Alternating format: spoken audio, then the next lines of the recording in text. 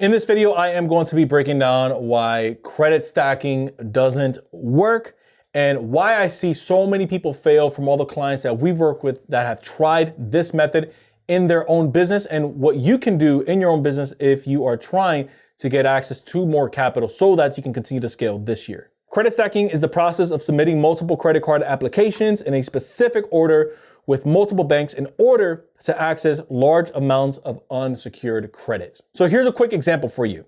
Let's say that you apply at Bank A for 2 credit cards, you apply for Bank B for 2 credit cards, and then you apply to Bank C for 2 credit cards for a total of 6 credit cards. Now, taking that a step further, let's say that each credit card that you get approved for is $15,000. So that's $30K at Bank A, $30K at Bank B, and $30K at Bank C. We're now upwards of right around $90,000 in unsecured capital. But wait, it gets better. If you've done this process correctly, and if you've staggered all of the hard inquiries, which if you have no idea what a hard inquiry is, that just means that you give a creditor authorization for them to be able to look at your personal credit, which in this case, since you're personally guaranteeing it, that's the method you're going to be doing. When that hard inquiry hits, again, if you've done it right, you're going to have 1 hard inquiry for TransUnion, 1 hard inquiry for Experian, and 1 hard inquiry for Equifax, which means you have a hard inquiry, just 1, per each credit bureau. That's the ideal way that most people envision it in their minds. Sounds simple, but that's not what ends up happening in most instances. The first thing that I see entrepreneurs do all the time is they're applying for the right stuff in the wrong order. Let me give you an example.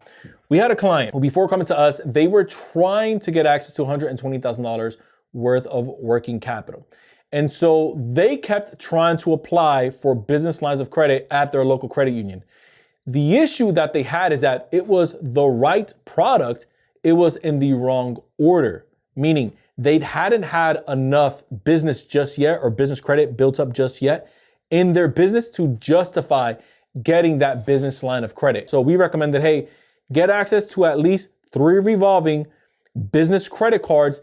And then once you've used those for at least 90 to about 120 days, and this is going to vary by business and how much capital you're looking to get, then go back into that credit union and apply for that business line of credit.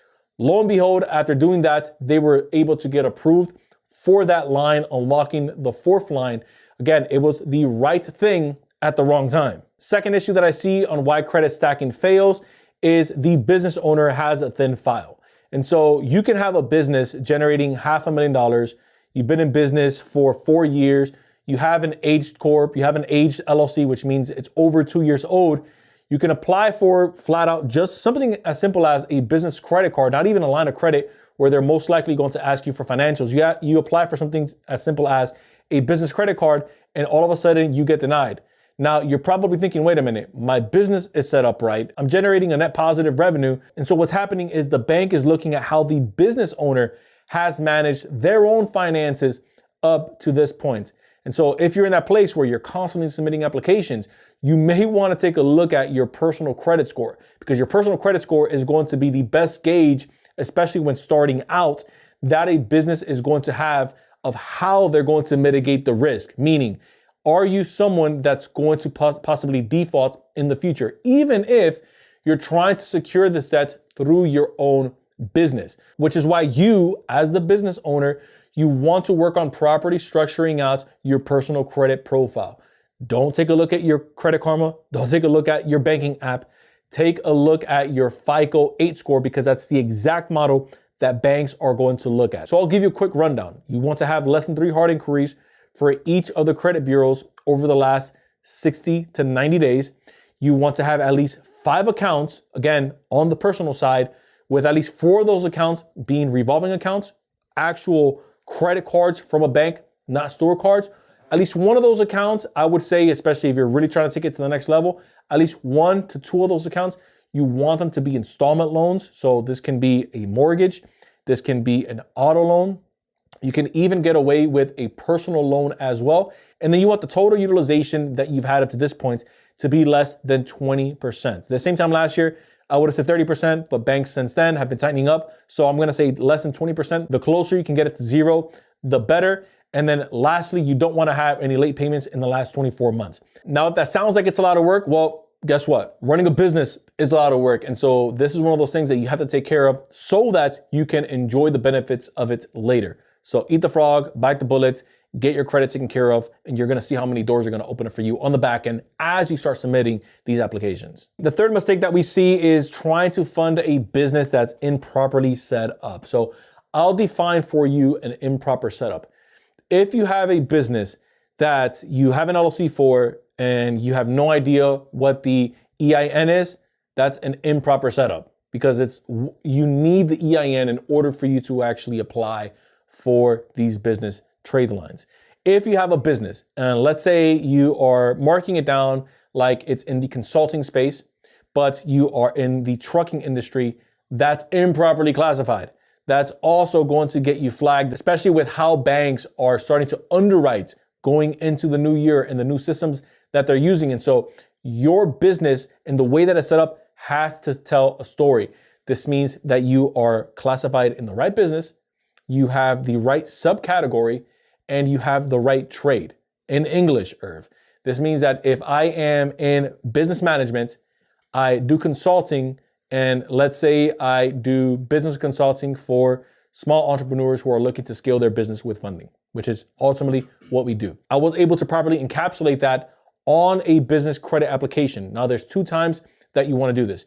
You want to be able to do that on a business credit application, and you also want to be able to do that when you are speaking to a business banker. There's nothing that's going to turn off the bank more or make them weary of you when they ask you, okay, so what do you do for a living? Or what's your business involved in? Or how does your business generate revenue? And you're oohing and you're umming and you're kind of like at a loss for words. And so do yourself a favor before you even walk into a bank and before you try to credit stack your way into a multiple 6-figure round and you start inching that up into a 7-figure round, you want to be very careful on what you're putting on applications because banks are taking that information and they can kind of like cross-pollinate. So if you had maybe a business credit application where you put, oh, I'm an LLC, and then all of a sudden on another business credit application, you put, oh no, I'm an S Corp. And then all of a sudden on another business application, you put a different classification code from what you put in the first 2, that's gonna raise a red flag because the 3 systems that you wanna pay attention to is going to be LexisNexis, it's going to be early warning system, and then you have the SBFE, which is a small business financial exchange. All of these systems are going to communicate to each other, even if they're communicating to each other indirectly because all of the information is getting pulled from the same databases.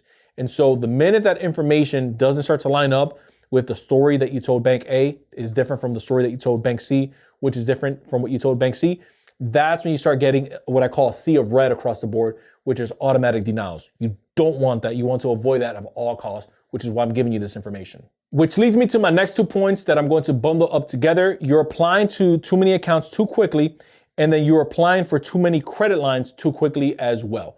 One of the biggest mistakes I often see is someone opens up, or at least attempts to open up, a business account. Let's say I'll use Bank A, not to name any banks.